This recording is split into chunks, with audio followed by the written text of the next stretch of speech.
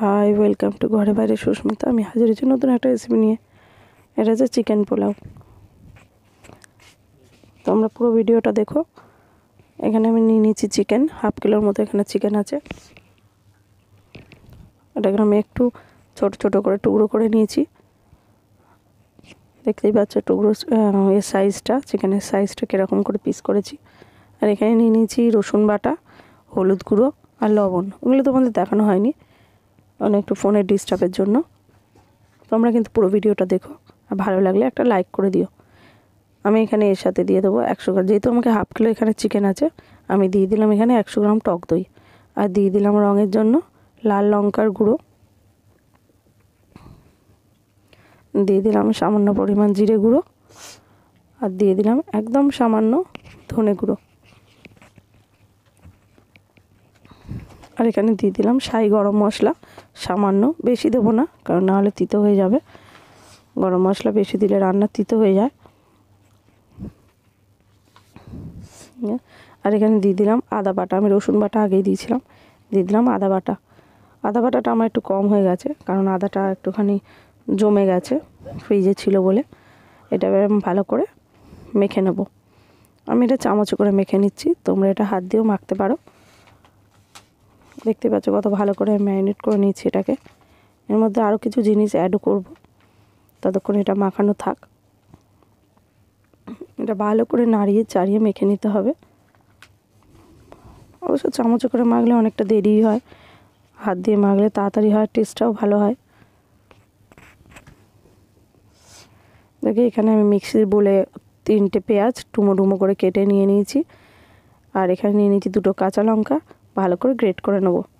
নিয়ে এটাকেও আমি, দেখতে পাচ্ছ ভালো করে গ্রেট করে নিয়েছি, এটাকেও আমি চিকেনের মধ্যে দিয়ে দিলাম। দিয়ে এটা চিকেনের সাথে ভালো করে মাখিয়ে নেব। এটা ভালো করে মাখিয়ে আমি রাখবো আধা ঘন্টার মতো ম্যারিনেশনটা। তারপরে আমি এটা রান্না করব। ওটা আমি রেখে দিয়েছি। এবার আমি এখানে কড়া বসিয়ে দিয়েছি, দিয়ে দিয়েছি রিফাইন তেল পরিমাণ মতো। এবার এর মধ্যে আমি ভেজে নেব পেঁয়াজ। আমি 5টা পেঁয়াজ এখানে কুচিয়ে নিয়েছিলাম, যেটা আমি পুরো দিয়ে দিলাম। এটাকে আমি বেরেস্তার মতো করে ভেজে নেব। আমি অনেকটা কেটে কেটে দেখিয়েছি, নাহলে ভিডিওটা অনেকটা বড় হয়ে যাবে। তোমরা বাড়িতে কিন্তু অবশ্যই ট্রাই করো।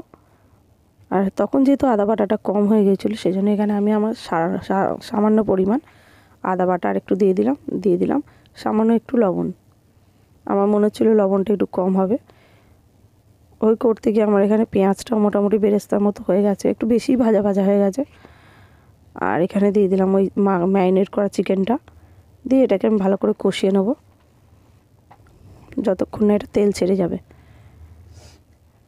এটা একটু চাপা দিয়ে দিয়ে কষাবো, যাতে এই চিকেন থেকে যে জলটা বেরোবে সেইটা দিয়েই যাতে চিকেনটা আমার রান্না হয়ে যায়। আমাকে যাতে বাইরে দিয়ে আর কোনো জল না মাংসে অ্যাড করতে হয়। দেখতে পাচ্ছ এমনি নাড়তে গিয়ে কতটুকুনি জল বেরিয়ে গেছে। এবার এটাকে চাপা দিয়ে দিলাম।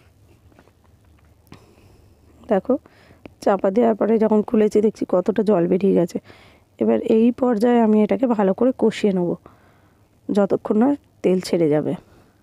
এটা তেল ছাড়তে শুরু করেছে, আর একটু আমি কষিয়ে নিই। দেখো পুরো তেল ছেড়ে গেছে চিকেনটা দিয়ে, আর পুরো সেদ্ধও হয়ে গেছে আমার মশলাটা।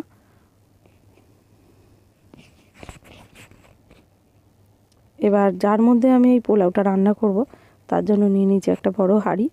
এটা আমার বিরিয়ানির হাঁড়ি। এতে আমি সামান্য পরিমাণ ঘি দিয়ে দিলাম, তোমরা এটা স্কিপও করতে পারো। এই যে চিকেনটা রান্না করেছি, এই চিকেনটা আমি হাঁড়িটার মধ্যে ঢেলে দিলাম। আর এইখানে দেখো আমি নিয়ে নিয়েছি বাঁশকাঠি চাল, যেটা আমি ভালো করে জলে ধুয়ে 4-5 বার ভালো করে জলে ধুয়ে আর এখানে ভিজিয়ে রেখেছিলাম 2 ঘন্টার মতো, বা চালটাও ভিজে গেছে। এবার ওই যে চিকেনটা ঢেলেছিলাম হাঁড়িটার মধ্যে, তার মধ্যে এই চালটা দিয়ে দিলাম।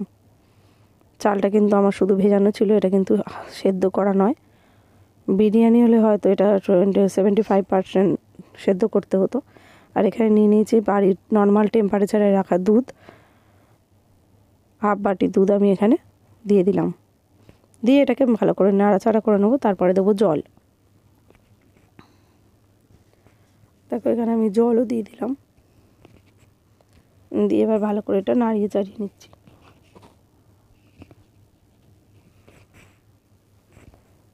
আমার মনে হলো লবণটা আর একটু কম হবে, তাই জন্য যেহেতু ভাতটা এখানে দিয়েছি, জলও পড়েছে, সেই জন্য আমি দিয়ে দিলাম সামান্য একটু লবণ, আর দিয়ে দিলাম সামান্য একটু হলো ফুড কালার। ভাতটা আমার ফুটে ফুটে এসছে জলটা, আর এতে যে জলটা আমি দিয়েছি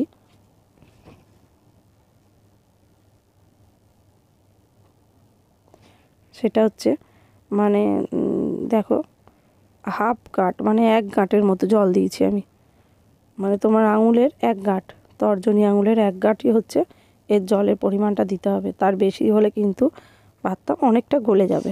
দেখো দেখো আমি যখন আঙুলটা ডোবালাম তখন চালটা আমার হাতে লাগলো, মানে ওই 1 গাঁট জল। ভালো করে দেখতে পাচ্ছ ফুটে গেছে, জলটাও অনেকটা কমে গেছে। আমি চাপা দিয়ে রেখে দিয়েছিলাম, আর দেখো জলটা কতটা মরে গেছে। এতে কিন্তু এখনও জল আছে, এত ধোঁয়া বেরোচ্ছে, তার জন্য আমি ভালো করে দেখাতে পারিনি। আবার আমি একটু সামান্য রেখে দেবো। দেখো জলটাও টেনে নিয়েছে, আর এটা দেখে মনে হচ্ছে এরকম, কিন্তু ভাতটা খুব ঝুরো ঝুরো হয়েছে। তোমরা অবশ্যই ট্রাই করো। পুরো ভিডিওটা দেখার জন্য ধন্যবাদ।